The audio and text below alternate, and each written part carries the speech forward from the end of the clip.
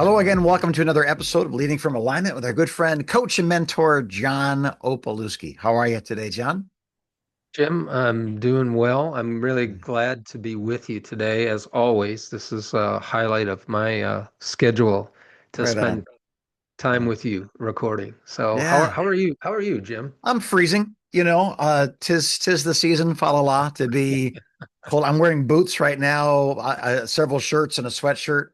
The heater's on next to me and I'm still cold. So that's how I am. I'm not as thick as I used to be. And I don't know. You think my second or at least my third chin would keep me warm, but it doesn't work. So I'm doing good though. Doing good. Other than being freezing cold. I just wrote on my blackboard 6 more months until we open the pool. So that was exciting. Yes, We're we're, that's we're great. heading that direction. Yeah. Hey, I'm excited about the conversation today, the topic, because it's not just something that's important. It really is mission critical. It's beyond, hey, you should do this. It's like, no, everybody listening, stop what you're doing, listen to this conversation because it is vital to the church. So why don't you introduce this all important Sure. topic to us? Yeah, the title is called The Challenge of Getting Younger. And I mean, our watchers and listeners might be thinking we should talk about the challenging of getting older Yeah. because that's our current reality, right? Yeah. Um, but the reason that I wanted to talk about this is back in 2020, Lifeway Research revealed that the biggest concern among evangelical pastors wasn't budgets Yeah. or programming or even attendance. That was, we're in COVID, right? Yeah. It was the challenge of reaching a younger audience. Yeah. That was on their mind more than anything else. And so in this episode, I'd like to dive into that idea, that the challenge of getting younger, what the church sometimes misunderstands about young Yeah. folks and how churches can bridge that gap Right on. Yeah, I with love that. hopefully with authenticity and creativity and purpose. So, Yeah. Jim, I wonder what you think, why this particular challenge is pressing in on pastors so much. I think the average age of the clergyman has been getting older year by year. There you go. And I think, It's true. something you're going to bring out later on. We kind of do the congregation in some way mirrors its leadership. So I think as we're getting older, the church is getting older, but there aren't many pastors that used to be a children's pastor or a youth pastor, or a young adult pastor, or something else.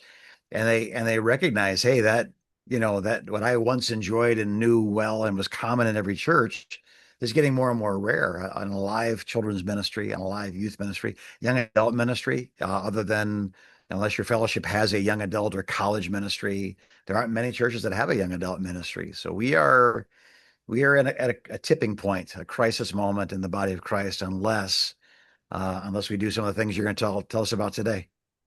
Yeah. So here's a thought that I'd like to toss out to our listeners and watchers, and that's congregations don't age overnight, but they do age more quickly than you imagine. Yes, they do. Yeah, The average age, you mentioned this a little bit, Jim. The average age of a congregation typically yeah, ranges from 10 years younger to 10 years older than the age of the lead pastor. yeah, And the there are outliers. There are churches aren't who have broken out of that mold, but most congregations follow that trend. yeah, And so let's just do a little math here. So if you're a pastor who's 50 years old, it's likely that the average age of your congregation will be somewhere between 40 and 60. yep, yeah, If you're 60 years old, you can keep going.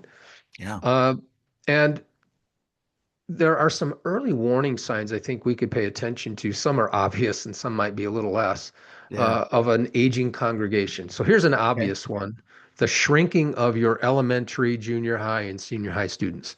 yeah, That's obvious. If that's happening, yep, now I do think there is some cyclical nature to that, Jim, yeah, uh, because I was a youth pastor for a long time. You were a youth pastor for a long yeah, time, and there's this 4 to 6 year cycle, right, yeah, where it's a whole new group, yeah, for the most part. But when you see over a period, and I would say if you see it over a period of a couple of years, where Yeah. those groups are shrinking, shrinking, shrinking, be alert. That's a early warning sign. Here's another Yeah. one that I didn't think about a lot, but I think it's true. A large percentage of your guests tend to be middle-aged or older. Hmm. That tells you something about the um, whatever you want to call it, the message, the vibe, the feel that you're putting out there. Yeah. Um, Lifeway put this one down. 70% of the giving comes from those 60 and older. Yeah. Wow. All of those are indicators Yeah. of graying. I'm interested in your thoughts on that, on this, Jim. Yeah, well, I think what you're pointing out to me, John, is how gradual this is, right? It's Hmm. one family that goes, ah, our kids don't like coming to church anymore. We're going to go to another one, or we're going to stop coming just little by little. Oh, we'll be there Christmas Eve, we'll be there Easter, those sorts of things. Where hey, they're really involved in sports. And again, what they're saying is there's some other place that they're more attracted to, or they're no longer attracted to what is happening here. They're not relating to it. And I totally get this. It's not uncommon for me, John, to make some sort of cultural reference that is all relevant to me, and no one knows what I'm talking about in the room. That's under 40 years old. I'll talk about Mayberry or Andy Griffith or Mork and Mindy or Fonzie, and there's a whole section of my church that goes, what are you talking about? And at the same time, the other day I was talking about, Matthew chapter 6, verse 7. The whole youth group goes 6, 7, 6, 7. I have no idea what they're talking about. They have no idea what I'm talking about. And unless there's something deeper than those illustrations, some relationship, some Yeah, relatability, it's easy to go, it's cool, but it isn't for me. They're not looking for me, they're not talking to me, they're not relating to me. And right. that's what my thought is we're going to have to make some exploratory effort to get younger. It's not going to happen naturally. It's going to get older naturally. It's going to get younger on purpose. So I'd like to take the rest of our time together and answer this one question. Yeah. How can pastors in the churches they lead tackle this challenge Yeah. of getting younger? I have four ideas here that I'd Good. like to unpack, and then we'll just go back and forth with each other. Here's the first one, and that's understanding generational nuance. Mm. My generation was motivated by duty, Yeah. loyalty, Loyalty. responsibility. Yeah. Yeah. Gen Z, and again, I don't want to broad brush paint with one color here, Yeah. but these are broad themes, right? Gen Z tends to be motivated by purpose and authenticity Yeah. and impact. More specifically, they migrate to several things like meaningful engagement. Yeah. They, The they cause. Yeah. here's what Yeah. I mean by that. They want to know why something matters. Yeah. Right. Authenticity and transparency. They have this ability to spot inauthenticity pretty quickly Yeah. and disengage from it uh, Yeah. equally quickly. Social impact. You mentioned causes just a second ago. Yeah. Causes, justice, making a tangible difference seems to motivate Gen Z. Yeah. Belonging and identity. They want communities where they feel seen, Yeah. where they feel valued. Couple more here, and then I'd love to hear your thoughts on this generational nuance idea. I do think there is this idea of practical usefulness that's important to Gen Z, Jim. They're not they're motivated by content. I do think there's a desire to go deep, Yeah. um, but they want content that helps them navigate life. Yes. Yeah. And then the last thought I have under this generational nuance idea is I, I I've observed this. I don't know that this is research proofed, proven, Yeah. but it seems to me that Gen Z they respond to open-ended, customizable, participatory Yeah. experiences. Yes. And I think understanding these nuances helps a leader tackle this challenge of getting younger. So what do you think about this Yeah. first idea, Jim? Yeah, I think you're right on. I think, and again, we're two old guys talking about young people, right? So we'll admit Right. that, but we're involved with a lot of young people. I'm in the junior high schools on a regular basis, doing passion, pain, proficiency type stuff in the classroom with Mhm. them. And there has been a real shift from I'll talk and you listen to I'll talk and then you guys talk amongst yourselves and then tell me what you came up with. And it's Right. night and day by giving them the right to, you guys take 5 minutes and as a table of five people, talk about what your passions are together and then come back, which everyone wants you to tell the rest of the class what you came up with and you do it versus me saying, who wants to volunteer? And nobody raises their hand. And I'll lecture Right. them and they kind of look around the room and, but to say something in 5 minutes, give them 5 minutes to talk about it amongst themselves and report, much better than me talking for 10 minutes. Much better. Yeah.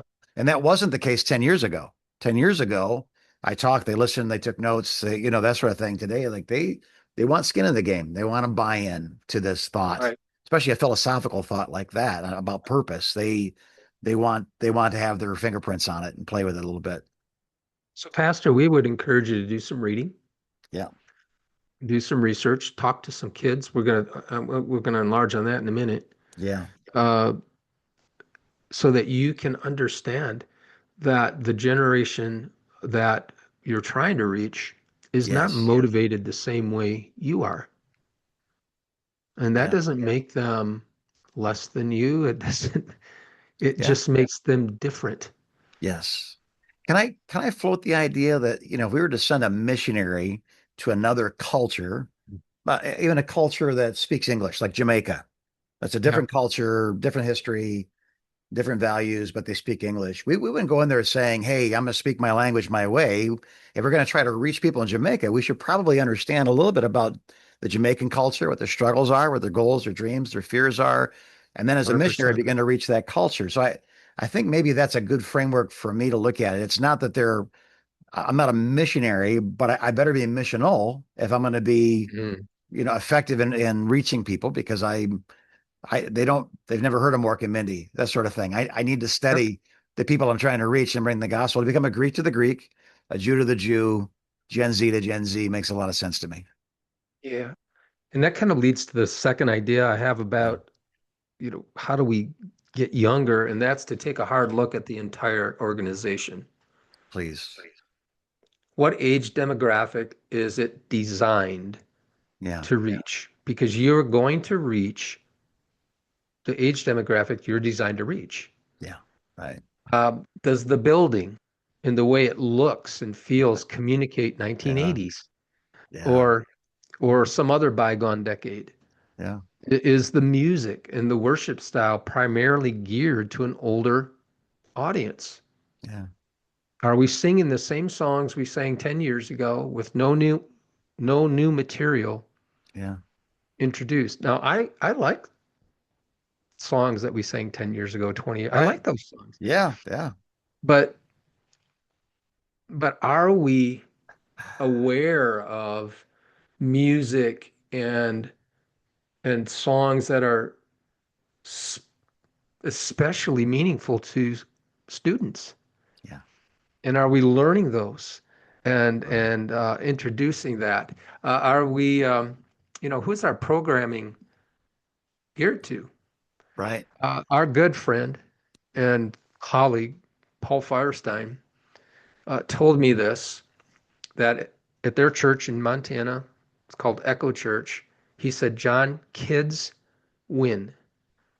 Mm, right. In the Kids debate, kids win. win. Yeah, that's good. That's right.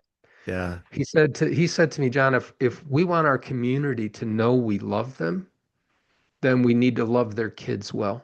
yeah, it's good. So what do you think about this second idea of really taking zeroing in and Yeah, taking a hard look? And by the way, you might need some outside help for this. yeah.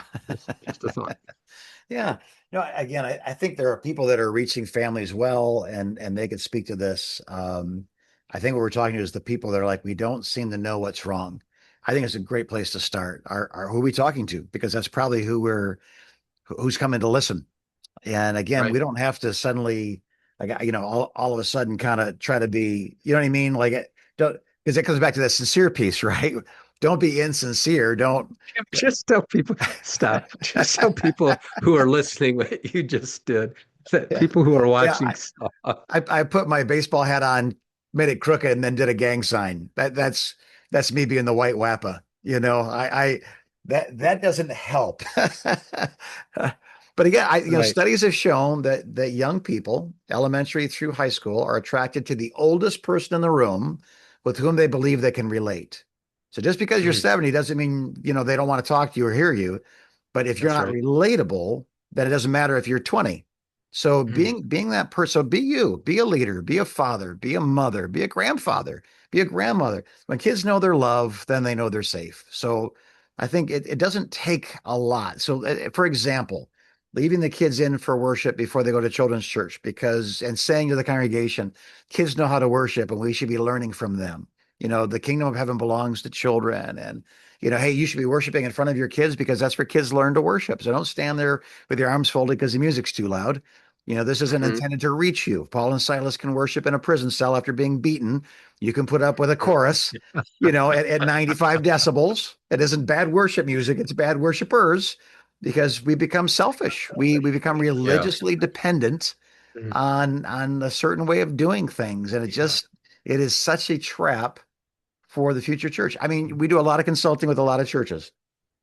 True or false, the churches that are failing are not failing because the people there's not enough young people around, right? It's Mhm. always there's a handful of elderly people, and I want to say this politely and kindly, but there's been a resistance to change for so long that Mhm. they were once a movement that became a museum, that became a Yes. mausoleum.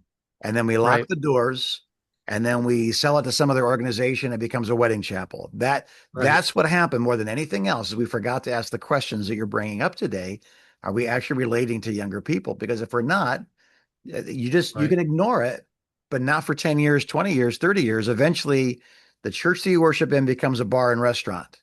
That's what happens next. So please, it might be difficult. You might lose some people, but think of what you're gaining and think of what you're losing Yeah. and then make a decision, on what's more valuable. Well, Jim, you said a word that really landed with me. You said the word selfish. Yeah. Yeah. And I wonder at times if that might not be at the root of some of this. I'm not saying Sure. it's the only thing, but Yeah. that unwillingness to adapt, to change, not the message. I think we've said that a million times, right? So Yeah. we're not going to water down the gospel, but the vehicle that we use to communicate that message. Yeah. Um, Sometimes the vehicle's clunky. Yeah. It's leaking oil. Yeah. It's rusting and needs some reconditioning. Let me just put it that Yeah. way. Yeah. For sure. So understand generational nuance, and that's going to be a research project for you. Yeah. Take a hard look at your entire organization and ask some of those probing questions. Here's the third one, and this is a yes, or this is a simple answer, right? How many young leaders do you have on your team? That's the ball game. Yeah. I really think this is the solution. Yeah, I might say, I don't know. I like Gaither music and I know who Mork and Mindy are. How do I change? Maybe you don't, but maybe you become a father to sons and daughters, a Yeah, mother to sons and daughters that don't have to reach that far to relate to this generation. right. And if you're not intentional, your staff will age Yes. quickly. Yeah. And all of a sudden you find yourself like there is no young presence Yeah. on that staff. And it's not just having them on the team, it's are they allowed to respectfully speak into the Yeah. ministry? Right. Right. Do we even listen to their perspective? I mean, they know what's happening with students more than you and I do, Jim. Yeah. Absolutely. When I when I was a youth pastor, excuse me, when I was a youth pastor, I remember we just had an embarrassment of riches Mm. of student leadership Yeah. in that youth ministry. Mm. And that student leadership planned all of the activities. We would do an activity, Jim, every weekend with the Right on. kids. Wow. Wednesday night was preaching and worship and people Yeah. getting saved and set free. And the weekend was setting records for having fun. Yeah. And and the students, the student leadership would plan all the activities. Sometimes we got to a place where they were running a lot of the activities, Right which on. was Good for them. amazing for me. Yeah. But I remember asking that team one time in one of our monthly leadership meetings. This is a group of about 16 kids. What should I be teaching on? Yeah. What Yeah. should what? And they gave me a list. Right. I love that. So I said, okay, here we go. And here's the deal. I did two things. One is I grabbed some of those subjects, and two is I had some of them grab some of those subjects. Right on. Yeah. Um, and wouldn't you know that when I taught on one of the subjects those student leaders gave me, I'd have kids come up to me in groups Yeah. saying, "I can't believe you talked about that tonight. That's Yeah. exactly what I needed. You must have really heard from the Lord." And I said, Yeah. "No, Yeah. not really. I Yeah. actually heard from, Yeah. Your peers. this," and I would say the name of this student leader. Yeah. And so, Mm. are we tapping into this great resource of students who know Mhm. exactly what's going on in the lives of their Yeah. fellow students? So I'd like to hear your thoughts Yeah. on that third idea. Yeah. I find this not uncommon that the kid that's in the back of the room with his arms folded and not relating to the thing, whether that's in a classroom in a public high school, whether that's in the church, it's not uncommon for that kid to become a pastor at some point. I'm not saying every pastor I know was the kid talking in the back of the classroom, but it's not uncommon, right? That the kid Yeah, that didn't pay attention and liked people a lot. So I would just add one thought, and that is when you ask people what should I be talking about, don't forget the kid that's not interested. Don't forget the kid that's that great. hates going to I your love youth that, group Jim. because I think they might have something. There's a reason. You're not connected. There's a disconnect, and maybe asking for that student's input might give them a sense of ownership. And "Hey, can I buy you a Coke? And we'll sit down and talk about that. You help me with this message. Well, now, if they're willing to do that, there's a buy-in that you haven't Mhm. seen before, and it might be the best message you ever preached. Yeah. I think that this whole idea is about ownership. If you can give away responsibly, give Yeah, away ownership to younger members of yeah, your right. congregation will get younger. A seat at the table. Yeah, Yeah. So yeah, here's the fourth and last idea that I okay, have here, and it's in the form of a question. yeah, Do we know what's on the mind of our younger members and attendees? Here's an idea. What about doing a listening tour with the mm, younger demographic yeah. in your church? I Age, love it. I don't care. You pick the age range, but I don't know, 18 to 35, and just ask them, what helps you engage more at church? Yeah, And what turns you off? yeah, I'm telling you, you will get reams of yeah, great information yeah, if you ask that question out of a curious heart. yeah, Um, Jim, I think getting younger requires energy. It requires vision, intentionality. It means stretching ourselves as yeah, an older leader. Listen, older leader, when you stop stretching yourself, you stop growing. yeah. That's when the growth just stops. Somebody said this, Jim, that reaching younger students won't happen by accident. Mm, Requires intentional yeah, investment, listening deeply. I love this quote, empowering younger voices and yeah, creating spaces where faith feels both authentic and relevant. So that's what's on my mind today, yeah. I Jim. love it.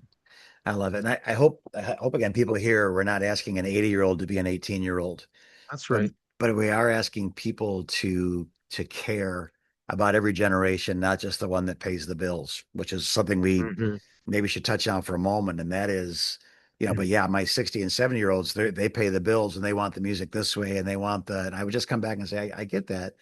But one of the problems is that if church is a product to be consumed, then no wonder people act like consumers.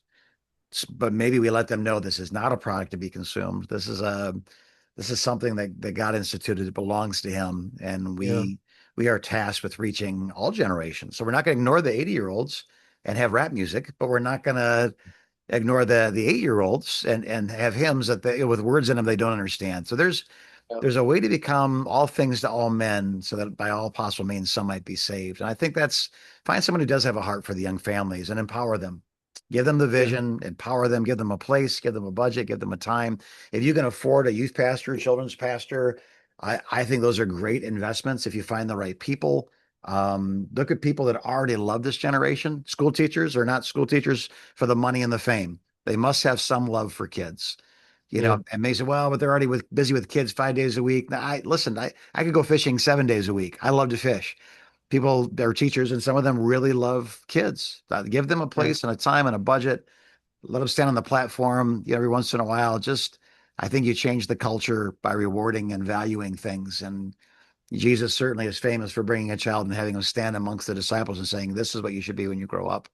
So we should do less, no less. So thanks, Yeah. John. Thanks, John, for that.